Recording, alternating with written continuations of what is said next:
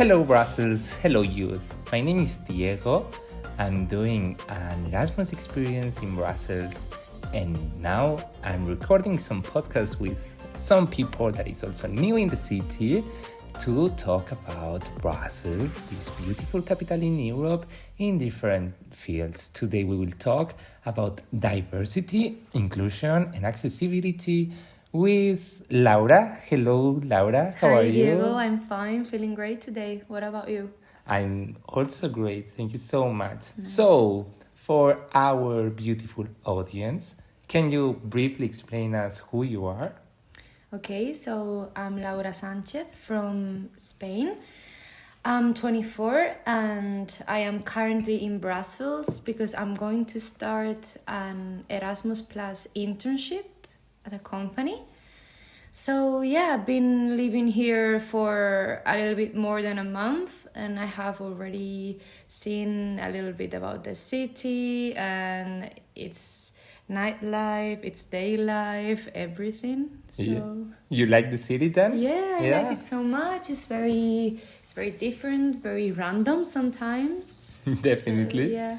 Yeah. What's your favorite part for the moment? I think one of my favorite parts is Bois de la Cambre, which Oui. is a very, very beautiful and big park in Ixelles, which is where I have been living so far. Nice. So, today, Laura, I want to invite you to talk a little bit about inclusion, diversity, accessibility, and mainly what is your first thoughts about Brussels in that field. Now I'm curious and I'm kind of researching about accessibility, for instance, for people that is in a wheelchair. Like, what's your what are your first thoughts on that field? Do you think that the city is very prepared? It's not that prepared? It could be better? Okay, so, well, I think this question is a little bit tricky because I think it really depends on the area. Brussels, from what I have seen so far, it's a very, very diverse city. It has many different zones, many different quarters. So if you go to some of them that are a little bit further from the city center, I think they are quite good for people in wheelchairs because the pavements are wider and the streets are more regular. So I think it's easier for them to pass. But on the other hand, in the city center, everything's a little bit more chaotic and the pavements are very narrow. So it's so difficult for them to go through them, and also the streets are very irregular. Like there are a lot of stones and it's not a flat street, you know. Yes. So yeah. Yeah, I would say I'm totally agree. I mean, well, just in case, let's remember that we are not experts on that field, Yeah. not at all. And the purpose is just like share some thoughts about some things that should be like a must in every Yeah. big city in Europe, no? Like think about accessibility, about how much should we pay attention to all these situations. And another thing very similar, it's about the traffic lights because, in a traffic light that is kind of near to my place in Marolles, yes, there is some sound, depending if it's... For blind people, you mean? Yeah, Okay, yeah, yeah. yeah. Also, yeah, sorry. I was jumping from one topic to the other. But yes, like in terms of accessibility, for blind people in some traffic lights there are, in some others there are not. What's your... Yeah, I've experience on that? noticed this. Sometimes when I have walked through the city center, I have heard some like beep beep beep from the traffic lights. But it's true that in other traffic lights, I have not heard anything. So this is a little bit weird. Like how did they choose which traffic lights to put the sound on? And like I don't know how they did this. But it's true that it's not on all of them, but some of them do have the sound. So I don't know. If I were a blind person, it would be confusing, because sometimes you would have the sound, but sometimes you wouldn't. So like, how would you trust, or I don't know. Yeah, I mean, I would say that also in Barcelona, the city I am from, there is a system that the blind people can have like a remote control. Really? Yeah, and while they are walking, they can technically see. Well, decide. On what moment they want to. They are arriving because of the help of the stick. In most of the cases, they know when they are arriving to the lights, to the traffic lights, and then they have the option to activate this. But still, I guess you are still needing a lot of instruments for that. Maybe it's not even not that democratic in some way. And again, maybe as a citizens, we don't receive all this information. I don't know. Yes, but totally agree. How is this in Malaga? About the traffic lights? Yeah, sorry, because you are from Malaga, isn't it? Yeah, I'm from Malaga, but in particular from a town which is near Malaga. So in my town, it's true that traffic lights do not have sound. So I think this should be changed. But in terms of the pavements, they really are good for people with wheelchairs, except on the historical center, because I guess this cannot be changed so easily because it's an historical part.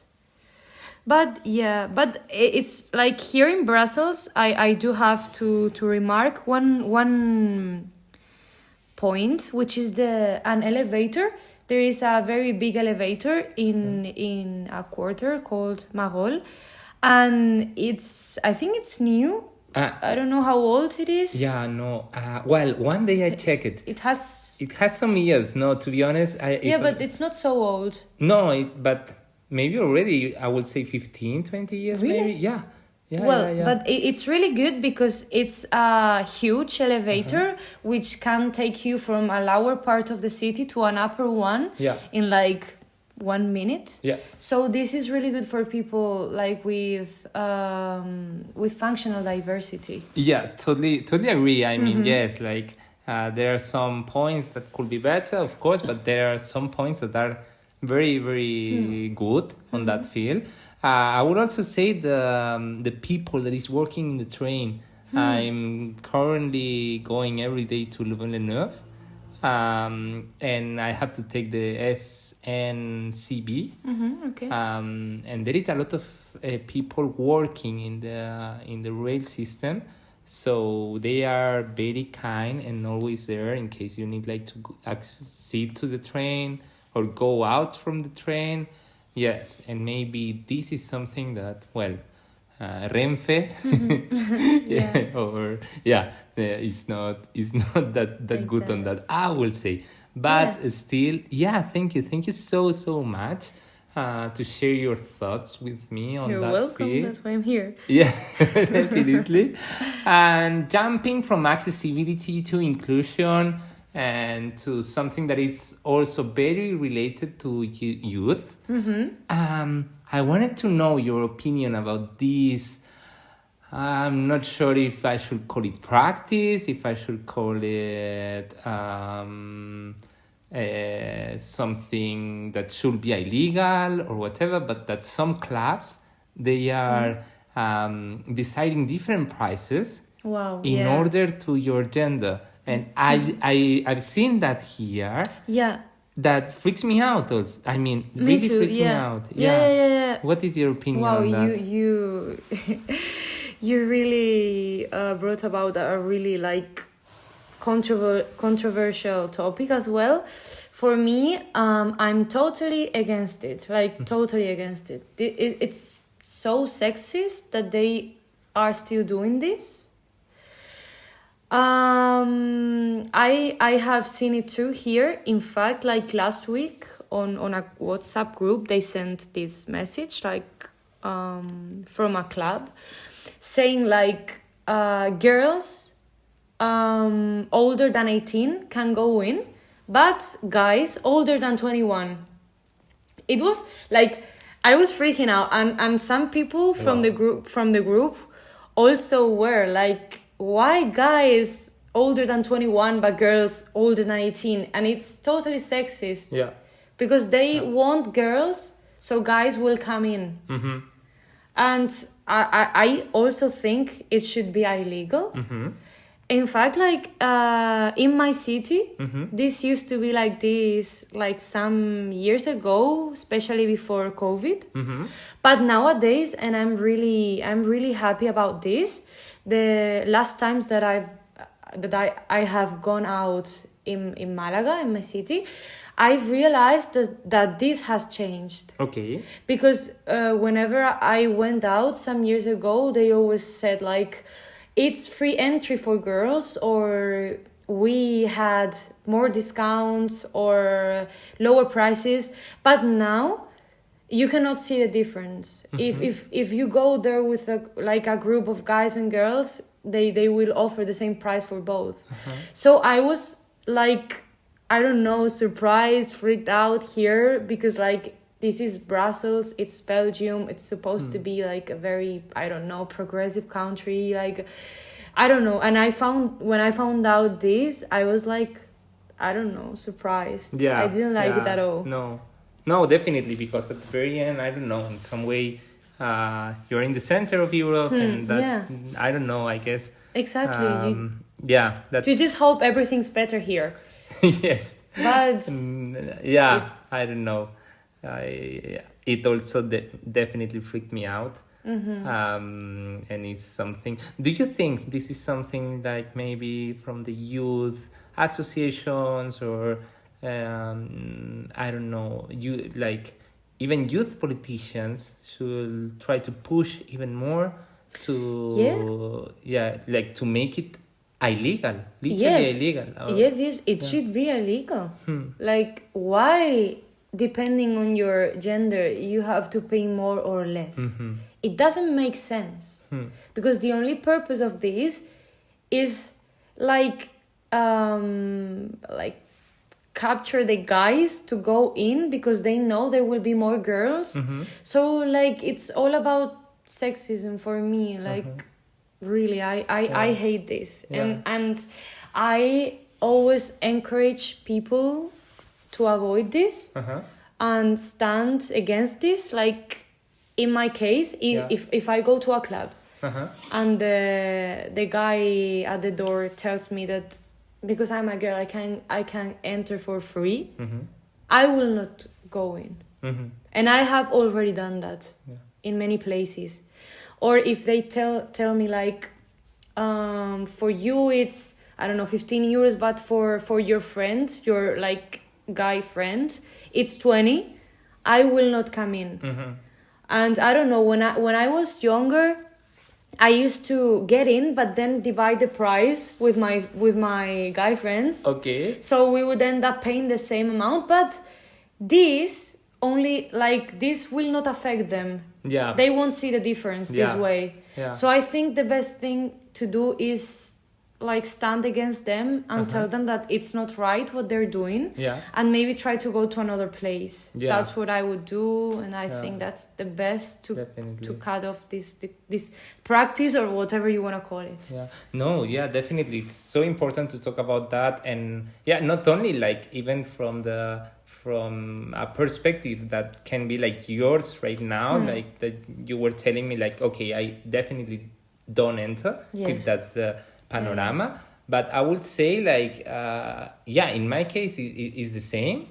And also, I don't know, like share that can help like to also make people realize, raise awareness. Because sometimes maybe you're a girl, you're 18, and you like just want to have fun, and you don't have any bad intentions, of course. But then you go there and you're encouraging them to keep doing that. So it's important to raise awareness on the younger people to realize this and see that it's not right. Yeah, even if that person it's a guy instead of a girl, no matter if it's 18 years old, also like try to promote like you should, no matter your gender, try to denounce these situations. Definitely.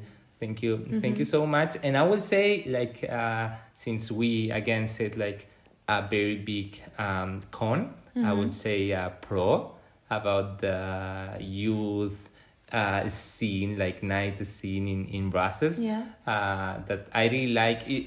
At least it really reminds me to Barcelona. I don't know if it will remind you to Malaga. Not that really. there are a lot of that there are a lot of we call it lila points, like violet points. Yes. That if I don't know, like if you feel in any moment uncomfortable with someone or something weird is happening, it's like literally in a lot of places I have realized that it's just about some meters.